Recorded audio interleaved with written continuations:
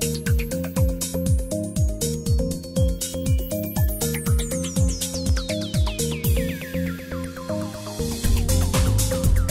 vou passar a palavra para o Paulo Sen, que é do Centro de Estudos, que é do Trent Advogados e também atua no Centro de Estudos da Sociedade de Advogados.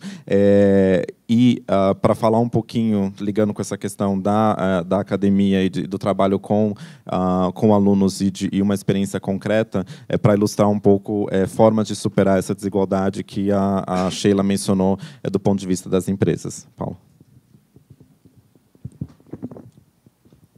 Obrigado, professor Tiago. Bom dia a todos. Também eu agradeço pelo convite, pela oportunidade de estar aqui com vocês hoje, debatendo esse assunto tão importante para todos nós, como cidadãos e como advogados. E venho, então, trazer a vocês um exemplo concreto de iniciativa, pensada justamente a partir da realidade que todos conhecemos e que a Sheila agora brevemente expôs, sobre a situação de grande disparidade entre a população negra e branca no Brasil. A verdade é que o projeto Incluir Direito nasceu de discussões havidas no CESA, no Centro de Estudos da Sociedade de Advogados, que é um órgão, para quem não conhece, que congrega os maiores escritórios de advocacia do Brasil, escritórios pequenos, médios e grandes, mas formados por advogados, basicamente, que atuam na área empresarial, mas, obviamente, não limitado a ela. Se discutindo, no âmbito do Comitê de Diversidade e Responsabilidade Social do CESA, a questão da baixa representatividade de negros nos escritórios, chegou assim, a algumas conclusões bem duras, bem difíceis, e que nos ajudam a abrir os olhos para essa questão da discriminação racial presente na sociedade. Enquanto mais de 52% da população brasileira, 54%, segundo parece o PNAD agora da semana passada, do IBGE, 54% da população brasileira de negros, que engloba, segundo o IBGE, classifica pretos e pardos, e no caso do Estado de São Paulo, estamos falando de 32% da população. O fato é que, apesar desses números, nas nossas sociedades de advogados, pelo menos o levantamento inicial que se conseguiu fazer, é que os negros representam menos de 1% desse universo. Isso é absolutamente sintomático da situação que a gente enfrenta na sociedade brasileira, e foi isso que levou o CESA a refletir e ver o que se poderia fazer a respeito.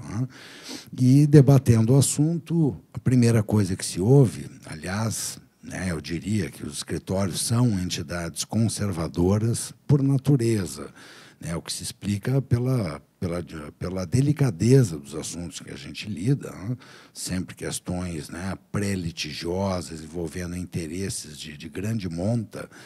Então, enfim, são, digamos, entidades que são conservadoras quase como sentido de autopreservação. Esse conservadorismo, por exemplo, na sociedade se reflete também na maneira como as nossas sociedades enfrentam e encaram as questões sociais. E eu diria que isso está mudando, é mais algo, digamos, da velha geração do que das novas gerações. Eu já diria que eu estou numa situação intermediária, eu sou um pouco da velha, um pouco da nova aqui, então talvez a nós caiba ajudar um pouco mais nesse processo de transição. Mas a verdade é que, conversando com os colegas e tal, e o que se ouve da velha geração é que não, mas nós não contratamos negros porque não há candidatos. Pelo nosso nível de contratação, que se exige, nas melhores escolas de direito, no mínimo um advogado bilíngue que fale português e inglês, quando não outros idiomas, que tenha uma boa, digamos, experiência cultural, vivência, etc., enfim, que se qualifique para ingressar nas nossas sociedades, que se consideram a nata da advocacia brasileira, para as nossas posições. Infelizmente, não há candidatos. Não é que não quiséssemos contratar, mas simplesmente não os há. Enfim, é só uma constatação, né? Concorde ou não com ela. O fato é que, realmente, nos processos seletivos dos nossos escritórios, os negros não se fazem presentes. Então, se procurou, obviamente, entender um pouco melhor isso, né? Todos nós sabemos, né, do grande grau de desigualdade que nós temos no Brasil entre ricos e pobres, e que isso se reflete de maneira ainda mais acentuada entre brancos e negros, né? Nós sabemos que os negros têm maior índice de desemprego, menores rendimentos nas funções que ocupam, inclusive quando são mesmas funções de brancos, tem maior informalidade no mercado de trabalho, menor escolaridade, enfim, como resultado disso, uma presença muito menor em cargos de chefia, né? Enfim, se nós já temos uma presença muito pouco expressiva de negros entre os advogados do escritório, se a gente ainda vai para os sócios dos escritórios, né, majoritários e minoritários, aí sim, essa diferença é ainda maior. O fato é que a constatação inicial do César foi justamente essa, né, de que assim, esse quadro de injustiça histórica realmente contribui para a dificuldade de acesso, né, da população negra a cursos, né, e a meios de qualificação que os permitam, então, acessar os nossos escritórios. Nesse ponto que se chegou à conclusão de que, claro, os escritórios poderiam isoladamente tomar iniciativas, contribuir para atacar essa desigualdade. Mas, justamente para isso, é que um órgão como o CESA, né, que congrega no Brasil mais de 1.000 sociedades de advogados em mais de 18 unidades da federação, poderia fazer uma diferença genuína. Se qualquer dos nossos escritórios isoladamente adotasse um projeto parecido com esse, obviamente seria meritório e positivo, mas faria muito pouca diferença. Então, aí que se discutiu propor isso às sociedades associadas ao CESA se associarem, né, se integrarem a esse projeto, né, que se pensou como um projeto piloto, iniciando em 2017, e com a possibilidade, então, de se estender para as demais seccionais já a partir do ano de 2018, e com uma ambição ainda maior de se levar isso para outras profissões e entidades liberais, como os dos arquitetos, engenheiros, médicos e assim por diante, claro, mais no âmbito das profissões liberais, onde nós, advogados, nos enquadramos e nos sentimos mais à vontade, mas como uma maneira de exemplificar isso melhor, né, para essas outras, digamos, áreas, né, da nossa sociedade civil. O fato é que se constatou que isso se encaixava perfeitamente dentro do próprio papel institucional do CESA, em cujo estatuto se vê que é dever institucional da entidade promover estudos e manifestar-se sobre assuntos relativos ao exercício da profissão de advogado, de promover estudo e defesa de questões de interesse das associadas e de oferecer a elas estudos e serviços que facilitem o exercício da profissão. Muito bem, depois dessa constatação inicial, né, o que houve é uma constatação prática de que o CESA realmente, em questões educacionais e pedagógicas, tem muito pouca experiência, para não dizer nenhuma experiência. A nossa experiência de formação dos advogados nos quadros dos nossos escritórios, no dia a dia das nossas atividades. Mas aí a nossa atividade de advogados, aquilo que nós estudamos para fazer e desempenhar. Já para a preparação, né, o curso, a didática de preparação de alunos, a gente constatou que, enfim, se nós mesmos encampássemos isso, seria algo muito falho, né? Daí a importância de se procurar uma parceria qualificada para isso, né? E, enfim, no próprio Comitê de Diversidade e Responsabilidade Social do SESA, há alguns integrantes que se dedicam a questões ligadas ao terceiro setor, portanto, atuam perante entidades sem fins lucrativos, educacionais, assistenciais, etc.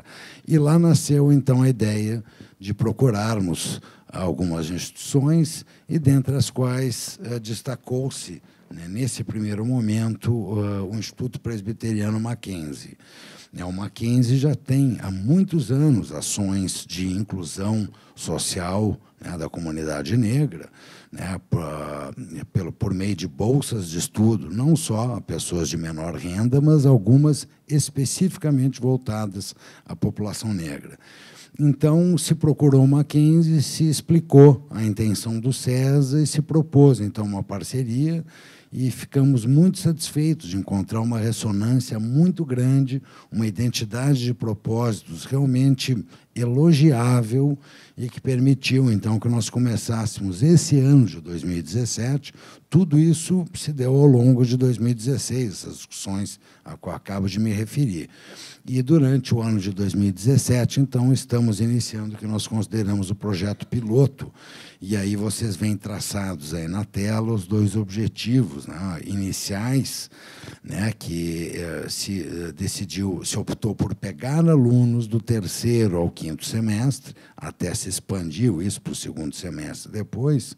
Por quê? São os alunos que nós teríamos tempo de preparar, porque a contratação de estagiários nos nossos escritórios se dá prioritariamente, primordialmente, com alunos entre o terceiro e o quarto ano, que já tenham alguma experiência, né, já têm algum conhecimento jurídico que os permita integrar-se de forma mais adequada, né, no dia a dia das atividades dos escritórios, né, e que, enfim, se submetem, de fato, a esses processos seletivos, né. Também se pensou em promover, inclusive perante os alunos do ensino médio do Mackenzie, palestras, apresentações, de forma a neles suscitar o interesse pelo curso do direito que os levem, portanto, a procurar essa carreira, nela havendo oportunidades efetivas, né? Então, se estabeleceu, né, toda uma metodologia, né, pelo qual se apresentou isso para o SESA, se definiu um grupo de trabalho, né, incluindo a Universidade Mackenzie, né, lá se apresentou o projeto e eles fizeram um processo muito profissional, eu diria, de seleção, que começou pelo lançamento de um edital que possibilitou, portanto, que os alunos concorressem entre si em igualdade de condições, né? E se fez, então, toda essa divulgação, se estabeleceu o plano de trabalho, né, com as aulas e o conteúdo, né, a carga horária, os dias, os métodos de financiamento disso, né, inclusive se destacando, né, entre as sociedades do SESA que aderiram a esse projeto, a possibilidade de que os alunos participantes tivessem um mentor que pudesse ajudá-los, né, na preparação aí para os processos seletivos do escritório. O que se decidiu também nesse momento, como uma forma de incentivo àquelas sociedades que aderissem ao projeto, desenvolver um selo, que é aquele que vocês estão vendo à direita da tela, o Incluir Direito SESA, e as sociedades participantes, né, que aderiram ao projeto podem, então, divulgar no seu site, né, que integram o projeto Incluir Direito. Que aí vocês estão vendo, então, com o logotipo aí da Universidade de Mackenzie, do SESA e do próprio projeto, né. Esse foi o cartaz aí de lançamento, e nós temos tido, né, não só um sucesso realmente, não diria surpreendente, porque nós realmente trabalhamos duro para isso, mas estimulante, né. É realmente espetacular ver os alunos, né, envolvidos nesse projeto, o quanto eles estão entusiasmados, né, dedicados a isso, né. Eles têm aulas aos sábados, quinzenalmente, de dia inteiro.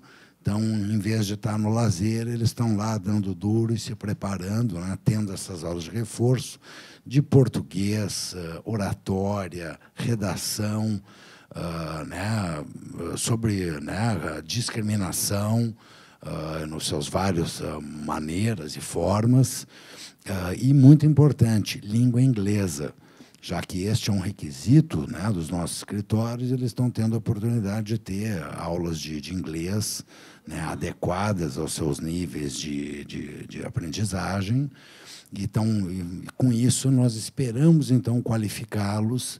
E agora, este sábado, concluindo, professor Tiago, nós vamos ter um encontro, né, desses alunos com os mentores, e se vai começar realmente uma preparação final antes de eles se submeterem aos processos seletivos nos nossos escritórios. E o que temos ouvido é que, dentre esses alunos, nós vamos nos surpreender, né, com o preparo, com o entusiasmo, com a inteligência desses alunos e de como eles realmente têm tudo para ingressarem nos nossos escritórios e começarem, aos poucos, a fazer a diferença. Antes de concluir, eu gostaria de aproveitar a oportunidade de lançar um convite oficial à Fundação Getúlio Vargas para que se integre ao projeto Incluir Direito. Esse é algo que nós pretendemos procurá-los para discutir esse assunto, assim como a outras instituições, né, até entre o final deste ano e o início do próximo, para que em 2018, quem sabe, este projeto piloto do Mackenzie já se estenda a outras instituições e, mais do que nunca, a gente possa realmente começar a fazer diferença e, quem sabe, daqui a 5, 10 anos, olhar para trás e ver como já se caminhou, como já temos um número cada vez maior de negros, né, nos nossos escritórios, que eu concluo dizendo que é de nosso total interesse, porque está provado que a diversidade é benéfica para os negócios, não só os clientes querem. Obviamente, os clientes que orientam as nossas ações primariamente, temos que olhar para o que os clientes pedem e esperam de nós, escritórios, mas porque é nosso dever ético, moral e também porque é nosso interesse profissional, né, buscar essa integração dos negros. Muito obrigado.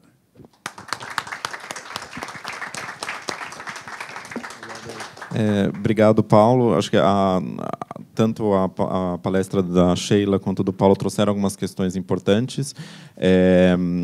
A questão da mentoria, de capacitação de alunos negros para a entrada no mercado de trabalho como estagiários, que o Paulo trouxe.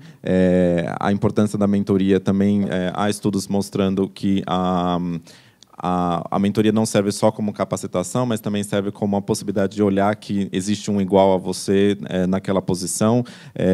Eu já ouvi, inclusive, de alunas e conversando com advogadas, mencionando que o fato de haver sócias mulheres, você espelha e você olha que a carreira pode chegar até lá. Então, esse tipo de aprendizado é importante. E a Sheila mencionou também a questão não só da entrada no mercado de trabalho, mas também dos papéis dos cargos de chefia e de como que as empresas lidam com isso.